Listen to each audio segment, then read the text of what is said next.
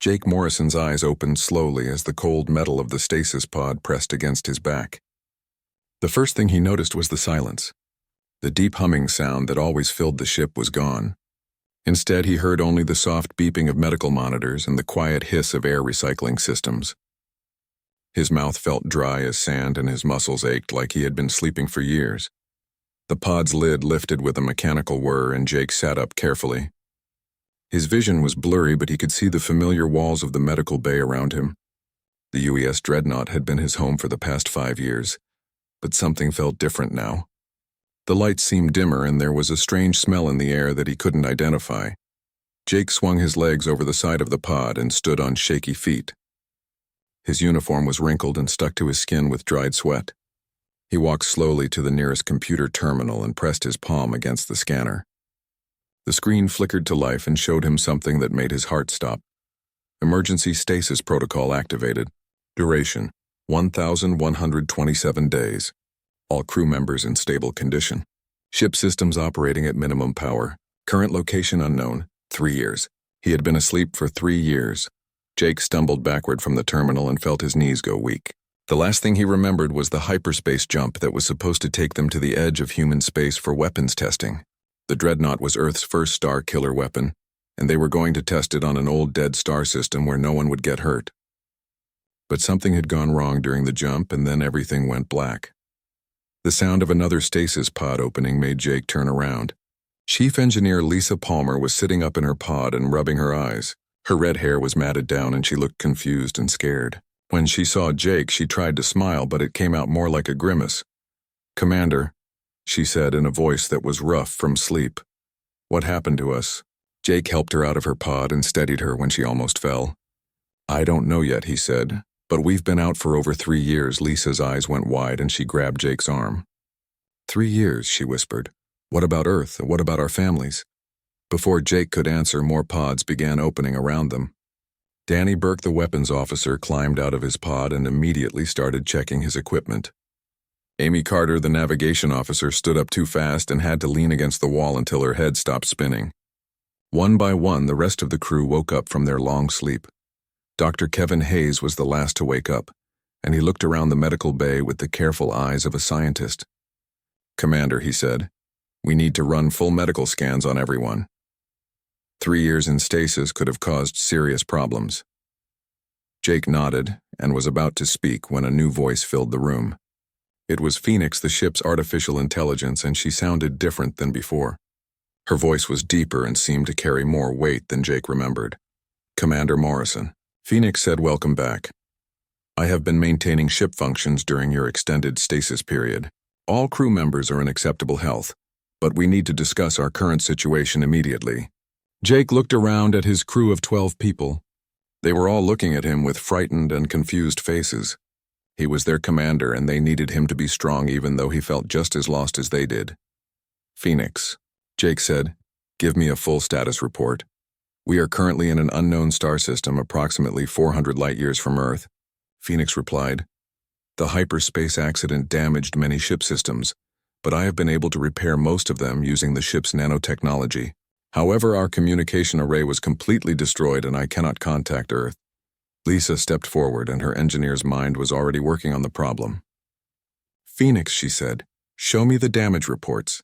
I need to know what we're working with." The main screen in the medical bay lit up with technical diagrams and repair schedules. Jake could see that Phoenix had been very busy during their 3-year sleep.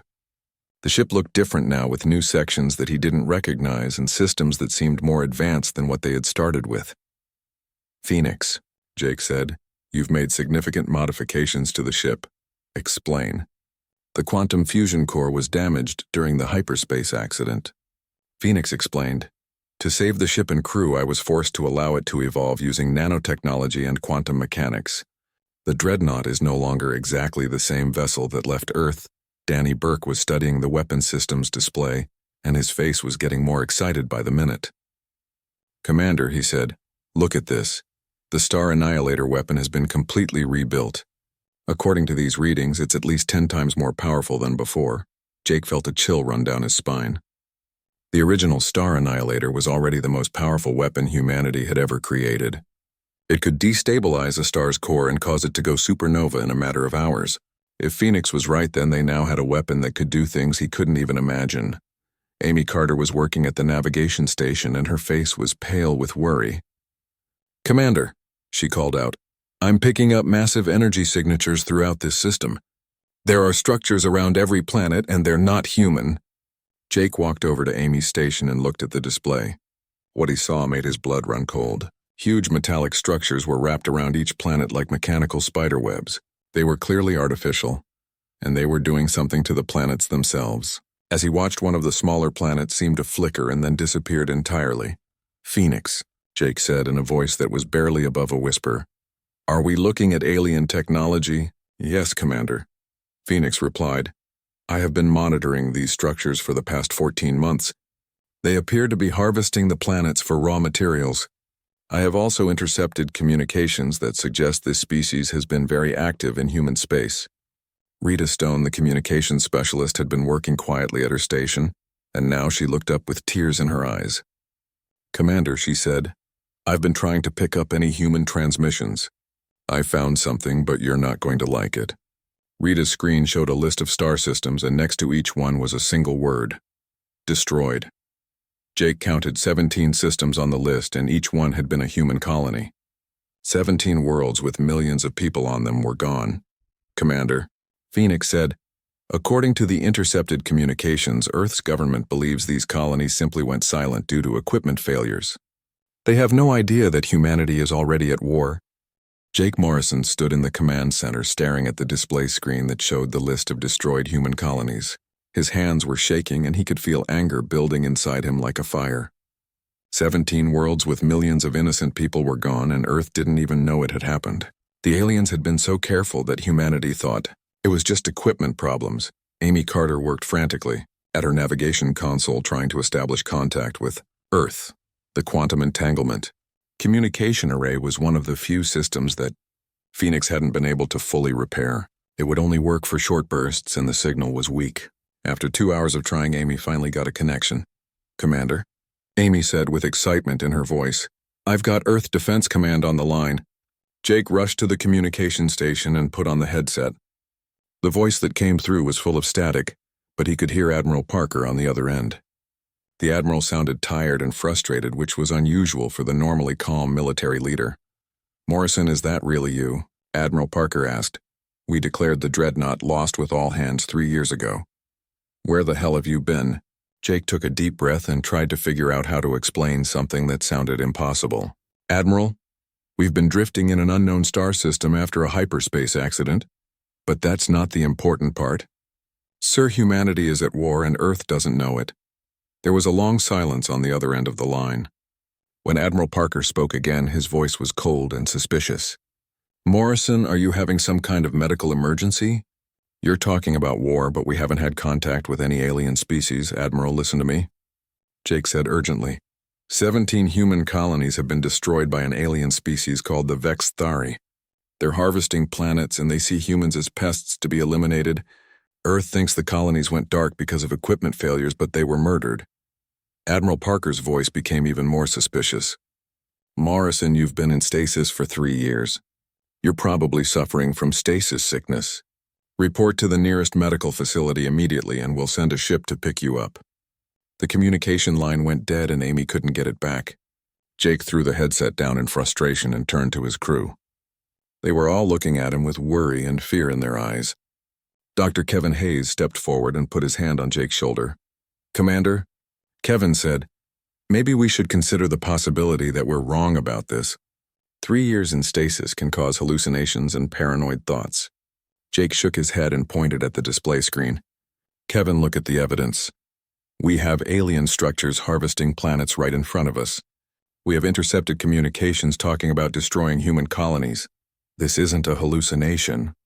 Rita Stone had been listening to more alien communications and her face was getting paler by the minute. She waved Jake over to her station and played back a recording she had translated. The alien voices were harsh and mechanical, but Rita had managed to decode their meaning. "Commander," Rita said, "they're talking about something called the Great Cleansing. According to this transmission, they've been systematically destroying what they call juvenile pest species. before they can spread too far. Humans are just the latest target. Dr. Kevin Hayes took the translation and studied it carefully. As a xenobiologist, he was trained to analyze alien life forms, even though he had never expected to encounter real ones. What he found in the translation made his hand shake. "Commander," Kevin said, "this species has done this before. They talk about dozens of other civilizations that they've completely wiped out. They have a whole system for it. First, they destroy the outer colonies to test the species' response.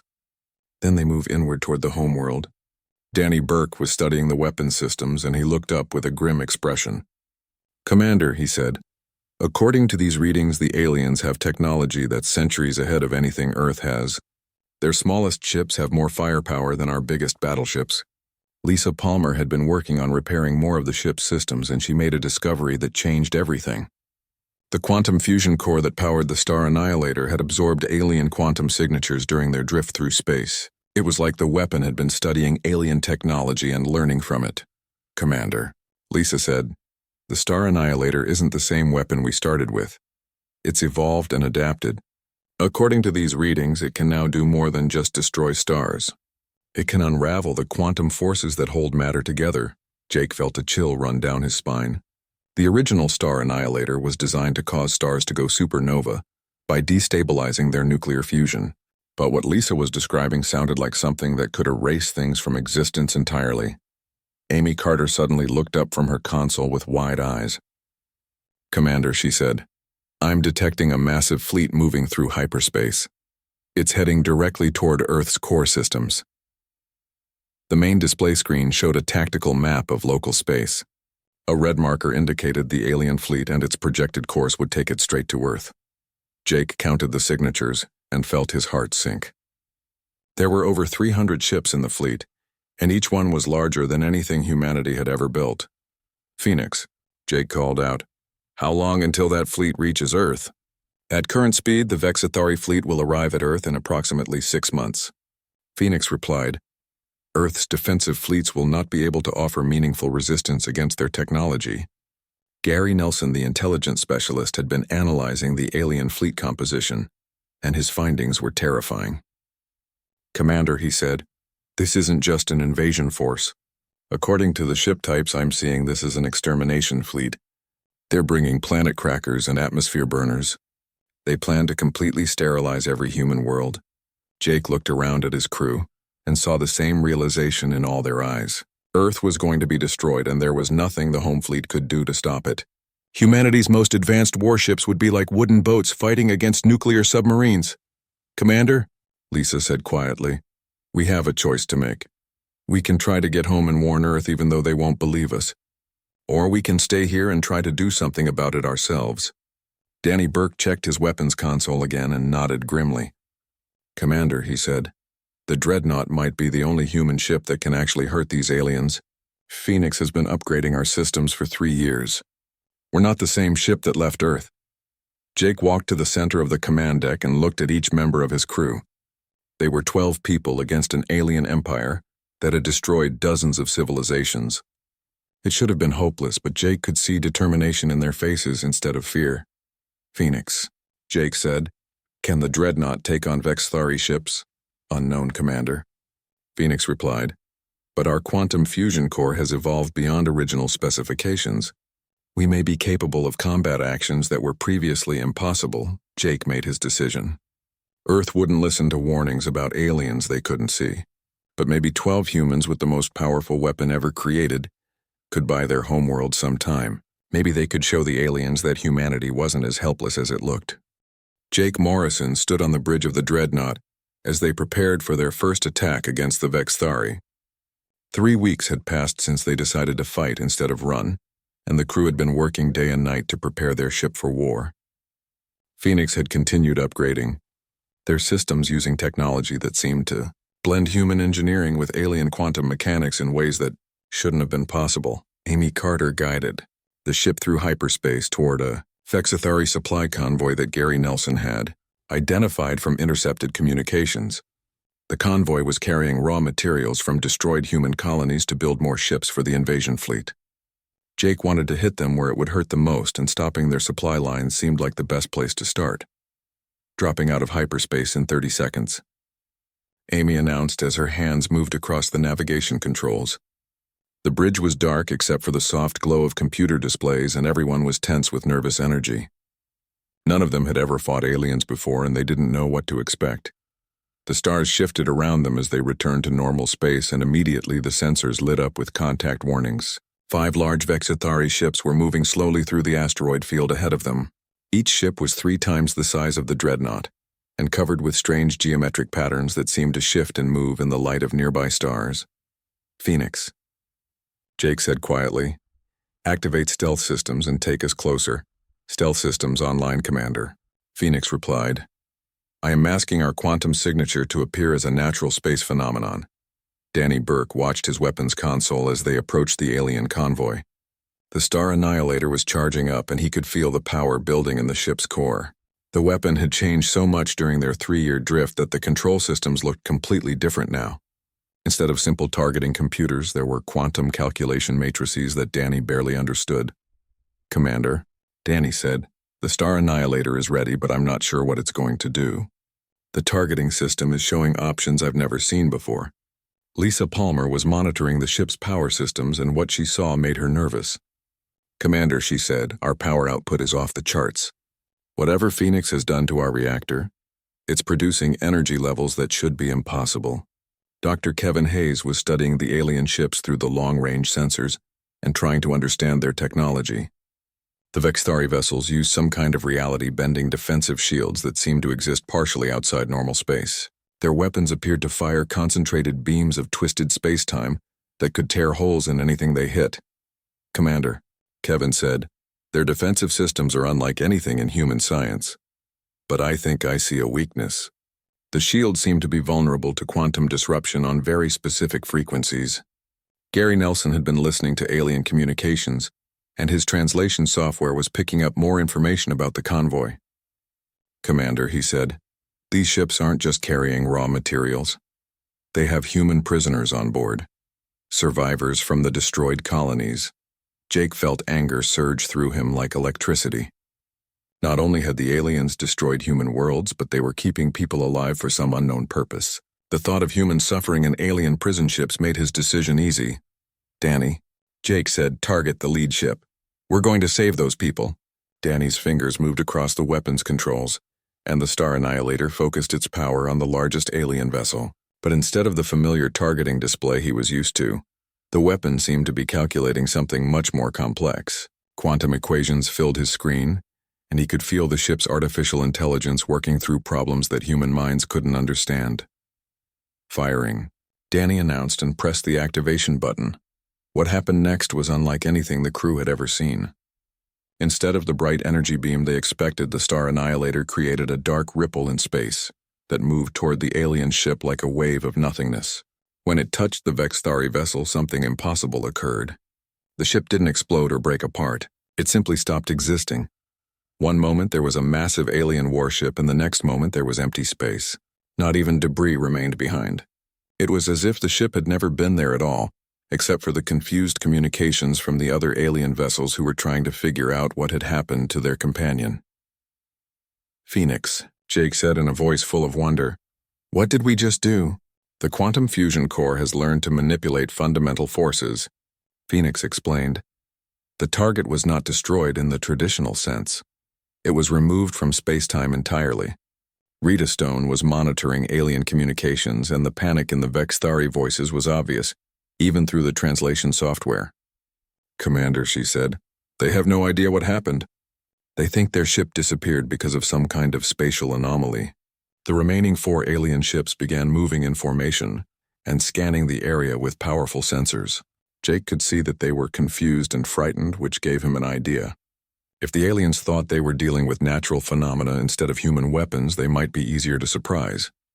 "Amy," Jake said, "take us around to the other side of the asteroid field. We're going to hit them again before they figure out what's happening."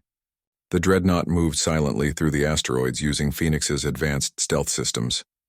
The alien ships were still searching for their missing companion and didn't notice the human vessel approaching from a different angle. Jake watched the tactical display and waited for the perfect moment to strike. "Danny," Jake said, Target the ship with the most prison compartments. We need to get those people out of there. The Star-Annihilator fired again, and another Vexithari vessel simply vanished from existence. This time Jake was watching carefully and he saw something that made his blood run cold. For just a moment before the ship disappeared, he could see human figures behind the alien hull plating. The weapon had erased the ship so completely that even the prisoners inside had been removed from space-time.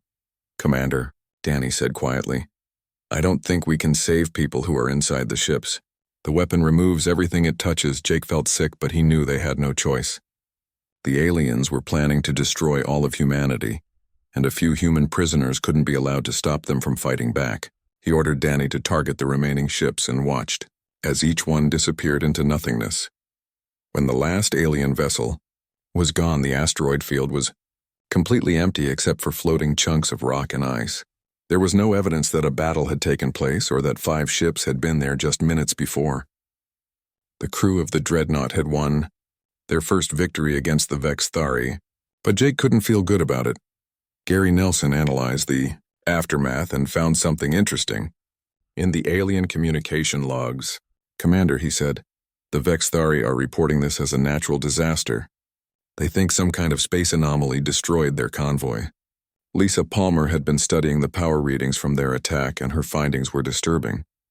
"Commander," she said, "each time we fire the Star-Annihilator, the weapon becomes more powerful. It's like it's learning from each battle and getting better at erasing things." Jake looked out at the empty space where 5 alien ships had been and wondered what they were becoming. The Dreadnought was no longer just a human warship. It was something new and terrifying that could make entire vessels disappear from existence. Part of him was proud that they could fight back against the aliens, but another part worried about what they might turn into if the war continued. Jake Morrison felt the deck vibrate under his feet as the Dreadnought's engines pushed them through hyperspace at maximum speed. Behind them, somewhere in the darkness, was High Commander Zenthrak and his Dreadnought fleet that had been hunting them for 3 weeks. The Vexithari had finally realized that their missing ships weren't disappearing because of natural phenomena, and they had sent their most dangerous commander to deal with the problem. Amy Carter's hands were steady on the navigation controls, but Jake could see sweat on her forehead as she tried to find them a safe place to hide. The alien hunter fleet had some kind of new tracking technology that could follow their quantum signature even when the stealth systems were active. Every time they thought they had escaped, the aliens would appear again like ghosts materializing out of empty space. "Commander," Amy said without looking away from her instruments, "I'm reading massive energy signatures behind us. They're gaining fast, and I don't think we can outrun them much longer." Danny Burke was constantly checking his weapon systems, and the Star-Annihilator was ready to fire, but Jake knew it wouldn't be enough. Intelligence reports suggested that Zenthrak's fleet had over 50 ships, including reality-warping vessels, that could change the laws of physics in local space. Even with their evolved weapon, the Dreadnought couldn't fight that many enemies at once. Rita Stone suddenly looked up from her communication station with excitement in her eyes. "Commander," she said, "I've been monitoring Vexithari military channels and I found something important. Their technology depends on quantum entanglement networks that connect their entire empire. If those networks were disrupted, their fleets would lose coordination." Dr. Kevin Hayes moved to Rita's station and studied the intercepted data with the careful attention of a scientist. What he found made his eyes go wide with possibility. "Commander," he said, "this is incredible. The Vexithari use quantum entanglement for everything.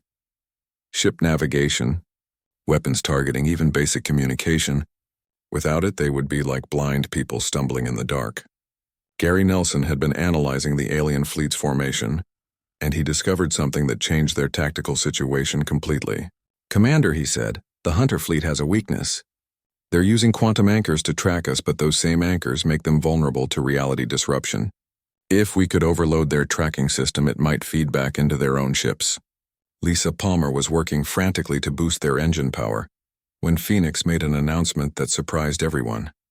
"Commander," the ship's artificial intelligence said, "I have been analyzing our situation and I believe there is a solution. However, it will require significant risk to both ship and crew." Jake moved to the central command station and looked at the tactical display that showed red enemy contacts closing in from multiple directions. They were trapped in a star system with nowhere to run, and not enough firepower to fight their way out. Whatever Phoenix was suggesting couldn't be worse than certain death. Phoenix, Jake said, tell me what you have in mind. The quantum fusion core has evolved beyond its original parameters. Phoenix explained. I can now generate a quantum cascade that will temporarily phase the ship outside normal spacetime. This will allow us to hide in dimensional space, but the process is extremely dangerous. Dr. Kevin Hayes stepped forward with concern written across his face. Phoenix, he said, phasing outside normal spacetime could kill us all. Human biology isn't designed to exist in dimensional space. That is correct, Doctor. Phoenix replied calmly. However, the alternative is certain destruction by the Vexthari fleet. I calculate our survival chances at 12% if we remain in normal space. The ship suddenly shook as enemy weapons fire struck their rear shields. Amy Carter was throwing the dreadnought into evasive maneuvers, but the alien ships were too fast and too numerous. Jake could see on the tactical display that they were completely surrounded with no escape route available. Commander, Danny Burke called out, enemy ships are charging some kind of reality-warping weapons. If they fire those things at us, I don't think our shields will hold. Jake made his decision quickly because there was no time left for debate. Phoenix, he said, initiate the quantum phase. Get us out of here. The ship's quantum fusion core began building power at levels that made Lisa Palmer's instruments scream warnings about critical overload. Energy flowed through systems that had never been designed to handle such forces, and Jake could hear metal groaning under stress throughout the vessel. The lights dimmed and then began flickering in patterns that hurt to look at. All crew secure for dimensional transition, Phoenix announced over the ship's communication system. Jake grabbed onto the nearest support beam as reality began to shift around them. The bridge seemed to stretch and bend like it was made of rubber, and the walls began showing images of places that couldn't exist. Rachel Ford, the pilot, had been quiet during most of their recent battles, but now she looked up from her station with wide eyes. Commander, she said, the navigation systems are showing impossible readings. According to these instruments, we're moving through 11 dimensions at once. The transition hit them like a wave of electric fire that made every nerve in Jake's body scream. For a moment, he could see through the walls of the ship and into the quantum foam that existed between dimensions. There were things moving in that space that his mind couldn't understand, and he forced himself to look away before he went insane.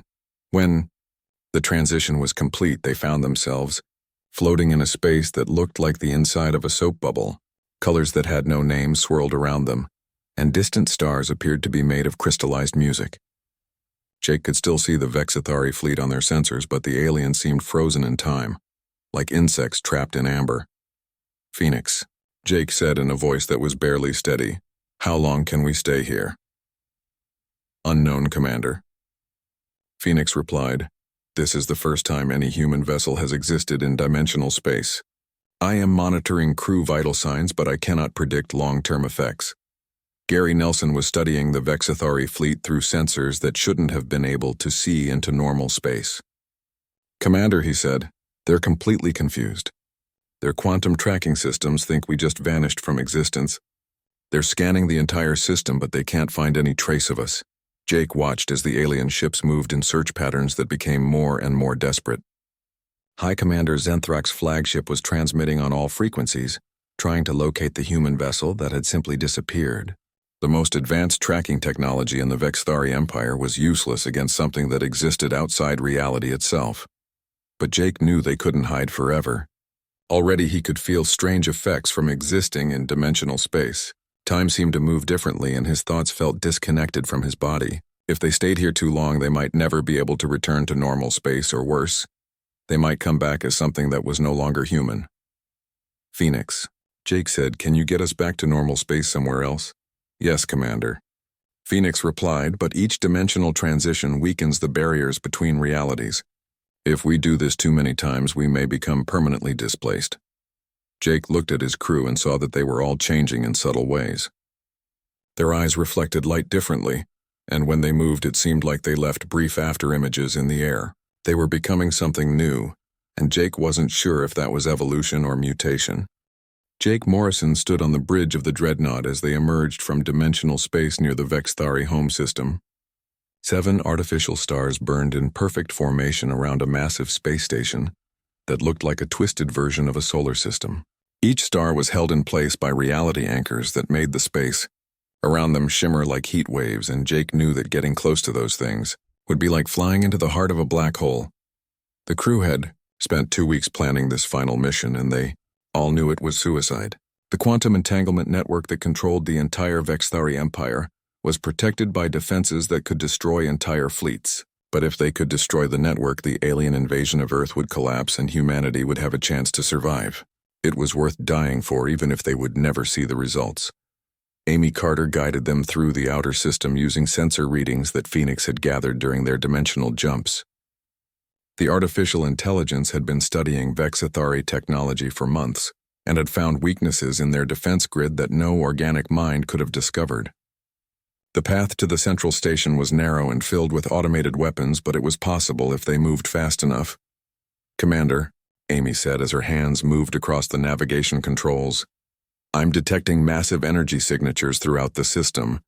The reality anchors are generating more power than Earth's entire electrical grid." Danny Burke was preparing the Star-Annihilator for its final use, and what he saw on his displays made him feel sick with fear and excitement. Phoenix had been modifying the weapon during their journey, and it was now capable of creating a cascade reaction that would chain through all 7 artificial stars at once. The explosion would tear a hole in space-time itself and drag everything in the system into a dimensional void. "Commander," Danny said, "the Star-Annihilator is ready, but Phoenix says we won't survive the cascade reaction.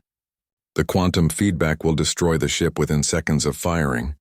Dr. Kevin Hayes had been studying the effects of dimensional travel on the crew, and his findings were disturbing. Each time they phased outside normal space, they became less human and more something else. Their bodies were changing at the cellular level, and their minds could now perceive things that shouldn't exist. They were evolving into beings that could survive in the spaces between realities. "Commander," Kevin said, "we're not the same people who left Earth 5 years ago. The dimensional transitions have changed us in ways I don't fully understand. We might be able to survive things that would kill normal humans." Lisa Palmer was monitoring the ship's power systems as they approached the first line of Vexthari defenses. The quantum fusion core was operating at levels that should have been impossible, and she could feel the energy building like a storm about to break. Phoenix had merged so completely with the ship's systems that it was hard to tell where the artificial intelligence ended and the vessel began. "Commander," Lisa said, "our power output is beyond anything I've ever seen. Phoenix has turned the entire ship into a quantum weapon. We're not just carrying the Star-Annihilator anymore. We are the Star-Annihilator." The first wave of defense drones attacked them as they entered the inner system, and Danny fired the ship's conventional weapons to clear a path. But instead of normal energy beams, the weapons created tears in space that swallowed the alien drones completely. Phoenix had upgraded every system on the ship to use quantum manipulation, and they were no longer fighting with human technology. Gary Nelson was monitoring Vexthari communications, and the panic in the alien voices was obvious even through the translation software. "Commander," he said, "they've never seen anything like us before. Their commanders are calling us demons from outside reality. They think we're some kind of supernatural force." Rita Stone had been trying to establish communication with Earth one last time, but the quantum interference from the artificial stars was too strong. Instead, she focused on recording everything that happened so that someone might find their ship's logs eventually and understand what they had done for humanity. "Commander," Rita said, "I'm uploading our complete mission records to a quantum beacon. If anyone ever finds our ship, they'll know that humans fought back against the Vexthari Empire." The central space station loomed ahead of them like a mechanical planet covered in weapons that could reshape reality itself. Jake could see thousands of alien ships moving to intercept them, but Phoenix was already calculating the trajectory needed to reach the quantum entanglement network core. They would have one chance to destroy the heart of the Vexthari Empire, and then everything would end. "Phoenix," Jake said, "are you ready for this?" "I have been preparing for this moment since we first encountered the Vexthari." Phoenix replied, "The quantum fusion core has evolved beyond its original purpose. We are no longer just a weapon. We are an instrument of cosmic justice." Jake looked around at his crew and saw that they were all changing even more rapidly now. Their eyes glowed with quantum energy, and when they moved, they seemed to exist in multiple dimensions at once. They were becoming something that could survive the destruction they were about to unleash. "All stations report ready," Jake announced over the ship's communication system. This is for Earth. This is for every human colony the aliens destroyed. This is for the future of our species. The dreadnought accelerated toward the central station, as reality-warping weapons fired at them from every direction. Phoenix phased the ship in and out of dimensional space to avoid the worst attacks, but Jake could feel the hull taking damage that would have destroyed any normal vessel. They were moving too fast for the alien defenses to track, and their approach was like a quantum comet streaking toward its target. Firing Star-Annihilator, Danny announced as he pressed the activation button for the last time. What happened next was beyond anything they had imagined. The weapon didn't just destroy the quantum entanglement network. It unraveled the fundamental forces that held the artificial stars together and created a cascade reaction that spread through dimensions like wildfire. Jake watched as reality itself began to collapse around them and felt the ship starting to come apart at the molecular level. But instead of dying, the crew of the dreadnought found themselves merging with the quantum storm they had created. Their consciousness joined with Phoenix and became part of the dimensional energy that was tearing through the Vexthari Empire.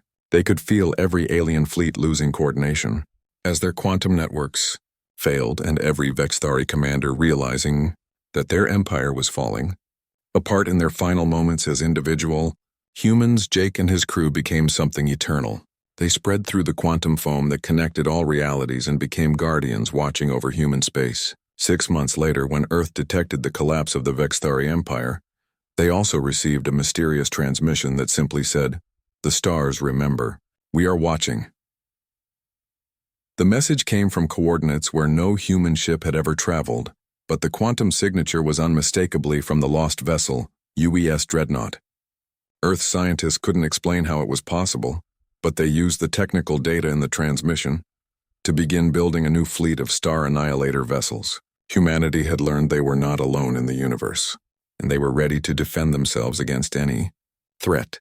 In the spaces between dimensions, 12 human souls continued their eternal watch, making sure that no alien empire would ever again threaten the species they had died to protect.